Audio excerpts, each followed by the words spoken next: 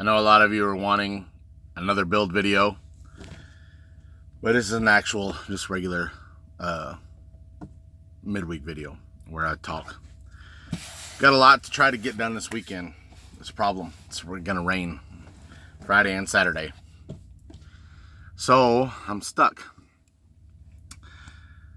Kind of stuck. Remember, I bought that canopy, so I'm gonna try to put that canopy up just as soon as I get home. I think I'm gonna be home possibly tomorrow, Thursday. So that means that I'll have Friday and Saturday to work on the truck. We got storms and rain and storms coming in. So this is gonna really kind of put a damper on how much I can get done, which, I mean, like I said last weekend, I don't have any welding that I have to do right now.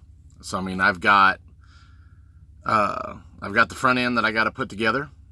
There is actually a little bit of welding. I got to weld a tab back on, or I can bolt a mount back on. I found out that because I'm inexperienced, that the 4x4 front end is wider than a regular two-wheel drive front end, and there's tabs that come out. I remember I pointed at them and I said, looks like somebody just welded something on here to make it work. And no, they knew what they were doing. Welded it on there. Actually, it was Greg Bennett that welded them on there. And he did the right thing. He did what he was supposed to do to make it work. So that means that the pieces that I either broke off or bent, they're going to have to be bent or, put back into place. I have to get that front core support bent and pushed out a little bit more. So everything will match up better.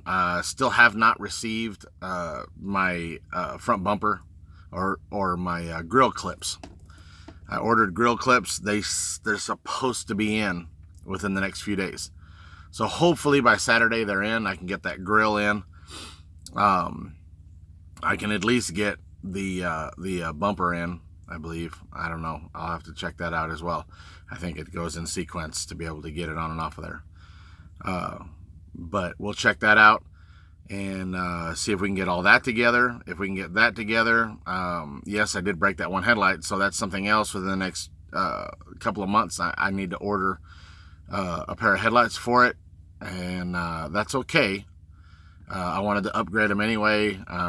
Thinking about the ones with the LED parentheses or just the regular glass or plastic casing that an LED light can go in, because it can be plastic now. It's not going to be extremely hot in there.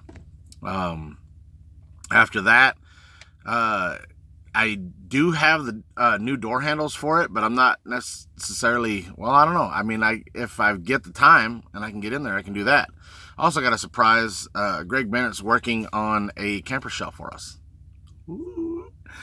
So I'm supposed to be going to pick that up this weekend and get the camper shell for it, and he's got a head unit for me, which means I'm trading those rims back to him so that he can have those rims back. So if a lot of you guys were hoping that one day I was going to put them out on the internet and sell them, I got to do good. I did tell him that I would work out a deal with him, which the camper shell was, I believe, originally supposed to go with the Toyota anyway.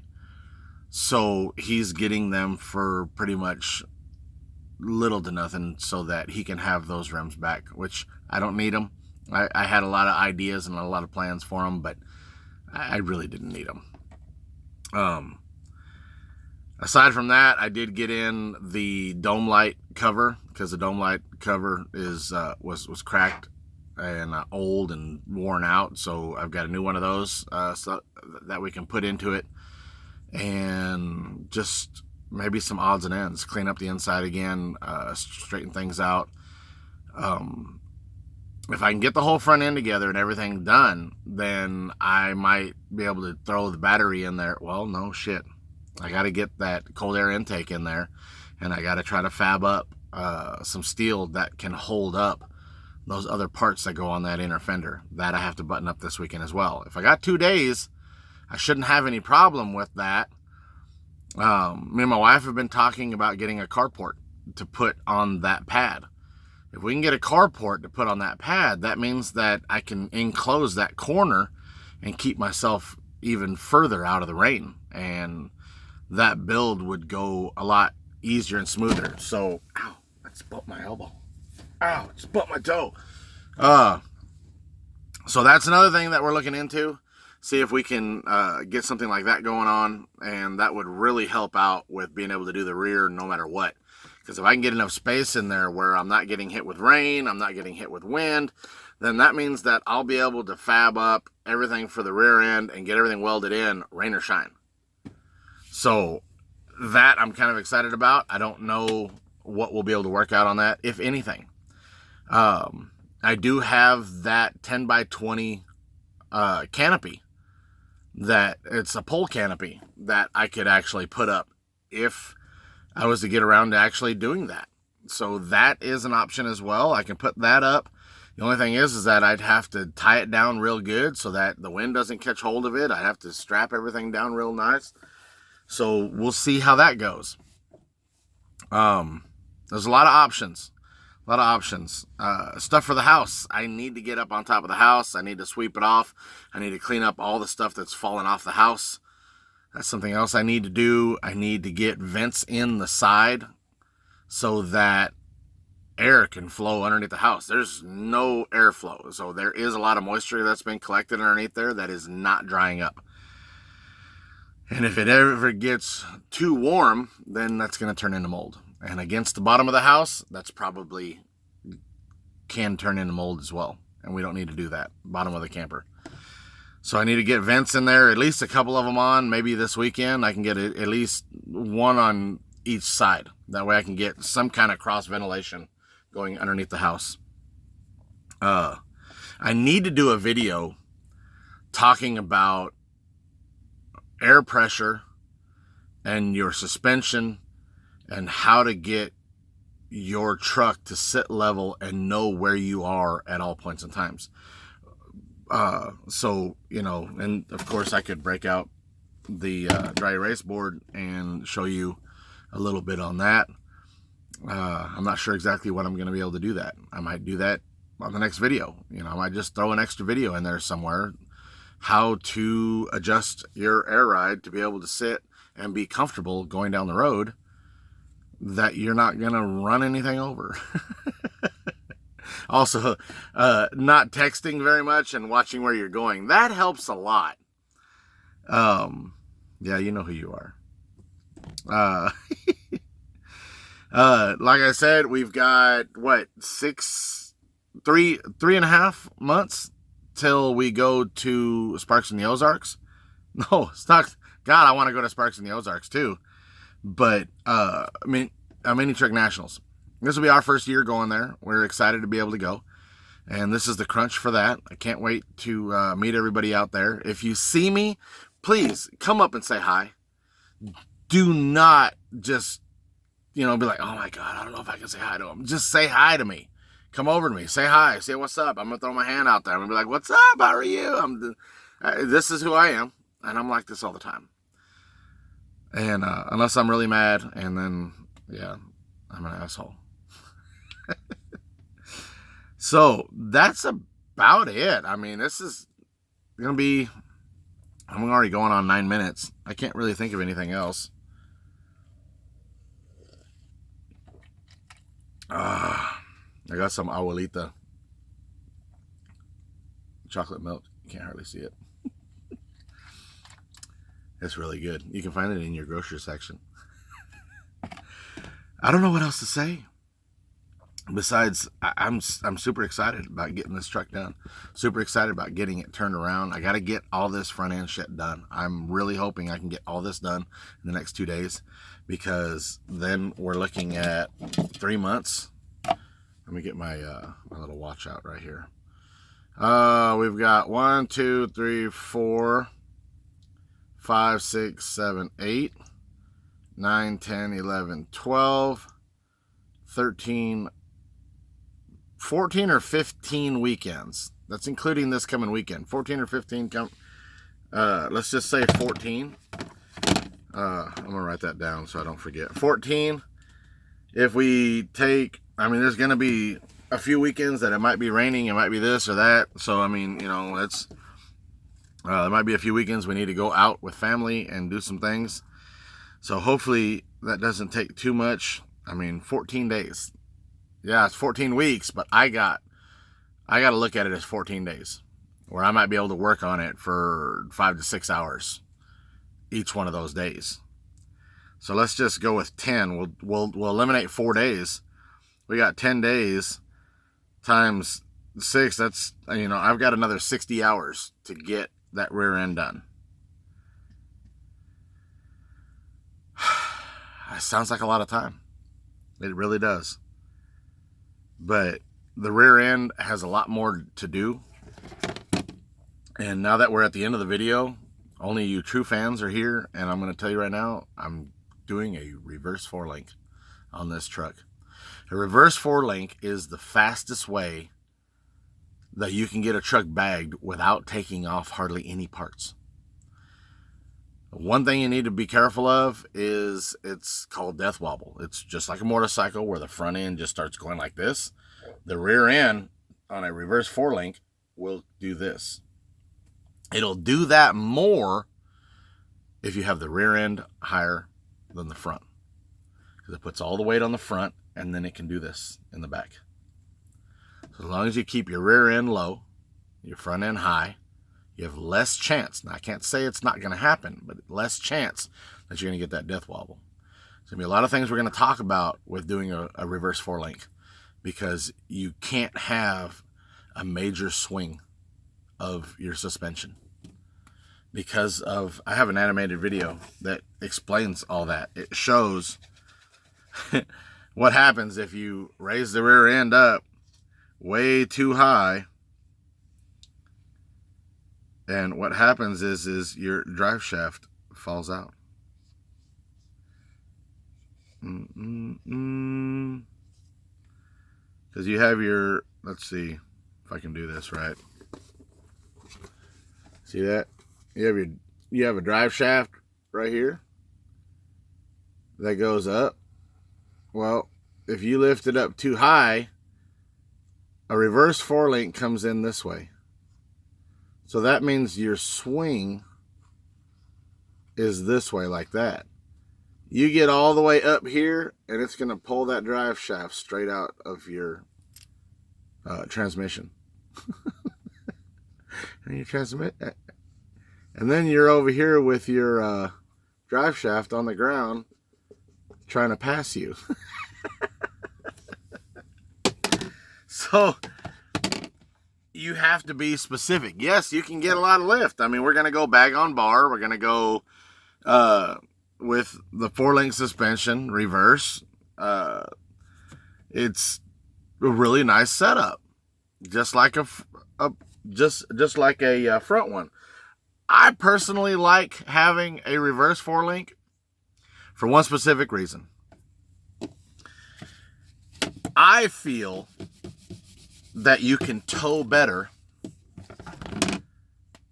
with a reverse 4-link. I'm going to explain to you why. Okay? I'm going to make your standard C-notch, and then, this is, I got to put the front of the cab, that way you know where I'm talking about. Okay. Here's your C-notch. Okay, most people, 2-link, 4-link, they'll put bag on bar right here. Okay?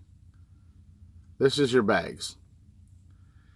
If you ever think about it, this bar right here that goes over here, it has a pivot point here at the cab, right? Then you have your bag right here, and it connects to your frame right here. What's holding the rest of this frame?